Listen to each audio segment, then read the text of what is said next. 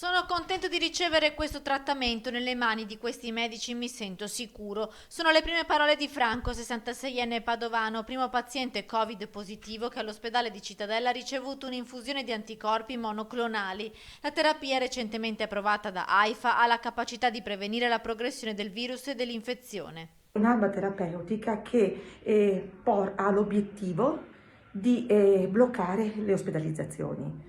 In che modo? Attenuando la virulenza dell'agente eziologico del coronavirus in pazienti che hanno comunque contratto l'infezione, che non presentano caratteristiche di malattia grave, quindi non hanno una vera e propria polmonite, non hanno un'insufficienza respiratoria. I pazienti positivi che possono ricevere gli anticorpi monoclonali vengono reclutati da medici di base, dalle USC o dagli operatori di pronto soccorso. Non tutti i malati Covid infatti possono ricevere questa terapia. I monoclonali vengono somministrati a pazienti con più di 65 anni affetti da obesità, diabete o patologie autoimmuni, a patto che abbiano sospeso il trattamento immunosoppressivo da almeno 6 mesi, e poi ai pazienti con più di 55 anni e portatori di patologie cardiovascolari o respiratorie croniche. Questa terapia fa parte della medicina di precisione, spiega la dottoressa Marchi.